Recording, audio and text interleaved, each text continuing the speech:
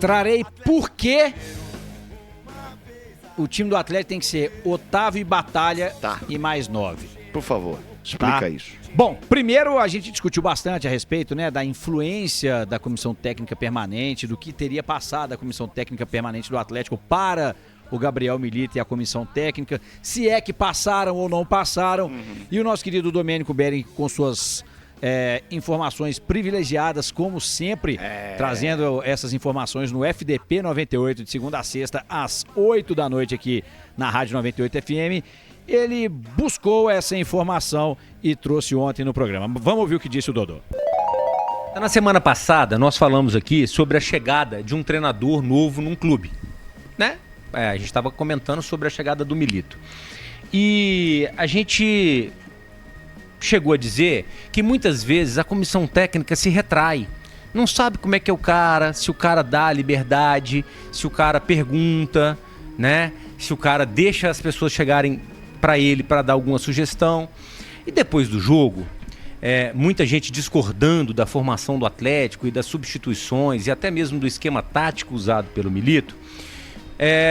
Muita gente assim, será que ele perguntou para a comissão técnica, para o Lucas, para o Cristiano, para todo mundo que estava lá na comissão técnica fixa do clube, características de A, de B, de C? Será que o Lucas se dispôs a chegar até ele? Porque às vezes ele não perguntou e o Lucas também não quis chegar. Hoje eu vi muita gente questionando isso também. Então eu procurei saber. Sim, o Milito chegou super acessível para toda a comissão técnica, perguntou muito, fez reuniões com a comissão técnica, quis saber sobre todos os jogadores, características, e aí ele colocou os caras para treinar, né? Escutou toda a observação, as orientações que poderiam vir da comissão técnica, e a partir daí, CJ, ele escolhe o time, né? Você vira para mim e fala assim, ó, esse tem essa característica, aquele tem aquela característica, eu boto para treinar e decido. Pode não ser aquele da sua preferência. Então, sim, ele ouviu o Lucas, sim, o Lucas levou para ele todas as informações do elenco que o Atlético tem. Então ele não é, vou usar um que passou por aqui, um Sampaoli ou um treinador extremamente assim, ó, o certo não. sou eu, fiquem na sua. Não. Nessa primeira semana de trabalho, não. Ouviu todo mundo, conversou, debateu, quis saber da comissão técnica quem poderia render mais, onde, escutou. Isso aí, podem ficar tranquilos que a comissão técnica chegou até ele e ele também chegou na comissão técnica. Bom, primeiro, Gilberto Campos, é que a gente fica feliz que há o diálogo, né? Agora, existe algumas coisas que ainda não ficaram esclarecidas. Não mesmo? Bom, ele ouviu o Lucas, mas ele ouviu, absorveu e executou aquilo que o Lucas informou e passou para ele, ou ele ouviu o Lucas, simplesmente ouviu, tá, obrigado, e foi fazer coisas ao contrário. Porque eu vou dizer uma coisa, ao pensar em comissão técnica permanente, Gilbert, em um setor com mais de 10 pessoas de análise de desempenho dentro do clube, não posso me furtar de buscar números. E aí eu trouxe números importantes aqui nesta trajetória do Atlético, quando o Atlético começou a jogar bola de verdade com o técnico Luiz Felipe Scolari. Você vai se recordar que o Atlético mudou da água para o vinho quando começou a escalar 2 volantes, Otávio e Batalha. Perfeito. Era uma percepção que eu tinha de senso comum, de acompanhar o jogo e tal, e fui atrás dos números de Gilberto Campos. Vamos lá. Com a dupla Otávio e Batalha, o Atlético fez 12, iniciando as partidas juntos, tá, Gilbert? O Atlético fez 12 jogos, certo, tendo 7 vitórias, 1 empate e 4 derrotas. Foram 11 gols marcados e 5 gols sofridos. Aí vem uma questão, ali tá 15 gols marcados, mas foram 11. Aí vem uma questão que eu queria suscitar jogo a jogo. Jogo a jogo. Primeiro jogo em que jogaram juntos, Otávio e Batalha juntos. Cruzeiro 0, Atlético 1, Parque do Sabiá.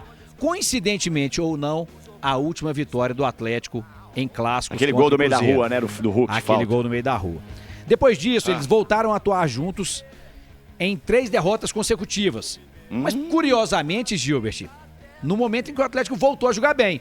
Foi a derrota de 1-0 pro Grêmio lá, a derrota de 2-1 pro Flamengo aqui, que todo mundo falou que foi a melhor atuação do Atlético sob o comando do Filipão, não sei o quê, e a derrota pro Palmeiras 1-0 na Libertadores. Aí começou. Depois desses 4 primeiros jogos, foram 8 jogos jogando Otávio e Batalha desde o início, com 6 vitórias, 1 empate e 1 derrota. Foram vitórias contra o São Paulo fora de casa, o Bahia, o Santos, o Botafogo e o Cuiabá em Belo Horizonte e o Atlético fora de casa nesta semifinal do Campeonato Mineiro. Ok. Um empate com o Palmeiras da Libertadores, jogando aqui no Mineirão, e na Arena, perdão, e uma única derrota contra o Vasco jogando lá em São Januário, 1-0. Isso posto, Gil de Campos, traz à luz a percepção que a gente já tinha, a prova que a gente já tinha com a percepção do campo. A dupla de volantes, Otávio e Batalha, juntos, dá ao sistema defensivo segurança. Sem dúvida. Dá ao sistema ofensivo tranquilidade. É isso aí. E dá ao Atlético aproveitamento e vitórias. Se você for pegar os últimos 8 jogos, 6 vitórias, 1 empate, 1 derrota. Do nada, o Filipão parou de usar esses caras esse ano. Tanto que usou somente uma vez, naquela semifinal contra o Atlético lá, que a gente ganhou de quanto? 2-0. 2-0. É claro que se você pegar aí, analisar todos esses jogos, você vai ver que o Paulinho estava numa fase muito boa. Você vai ver que o Filipão tinha o Zaratio. Ele precisava voltar para marcar. Você tinha o Zaratio sendo escalado corretamente, enfim. Mas eu também prefiro esse esquema, acho que ele protege melhor. Agora, não me parece nem de longe ser um dos esquemas adotados pelo técnico Milito, o Gabriel Milito. Se ele vai jogar com 2 homens ali, 2 volantes de contenção, 2 jogadores de marcação ali, já que ele gosta tanto do esquema com 3 zagueiros. Agora, o Atlético tem 4 zagueiros. Mas não é... Assim, tem 5 com o garoto da base. O Batalha pode fazer esse zagueiro saindo, entrando no meio dos 2 zagueiros e fazendo essa saída de bola. Mas não é isso. Chama atenção, Gil Biscampo, para esse clássico, 2-0 contra o Cruzeiro. Não, eu só falei ontem. Aí ele me coloca o Edenilson para trazer energia pro time e não coloca o Otávio. Gente, o Otávio deve ter arrumado alguma confusão na Cidade do Galo. Não, claro que não, é o perfil dele. Arrumado alguma coisa, porque nada justifica o Otávio ter sumido das opções. E já sumiu com o Filipão.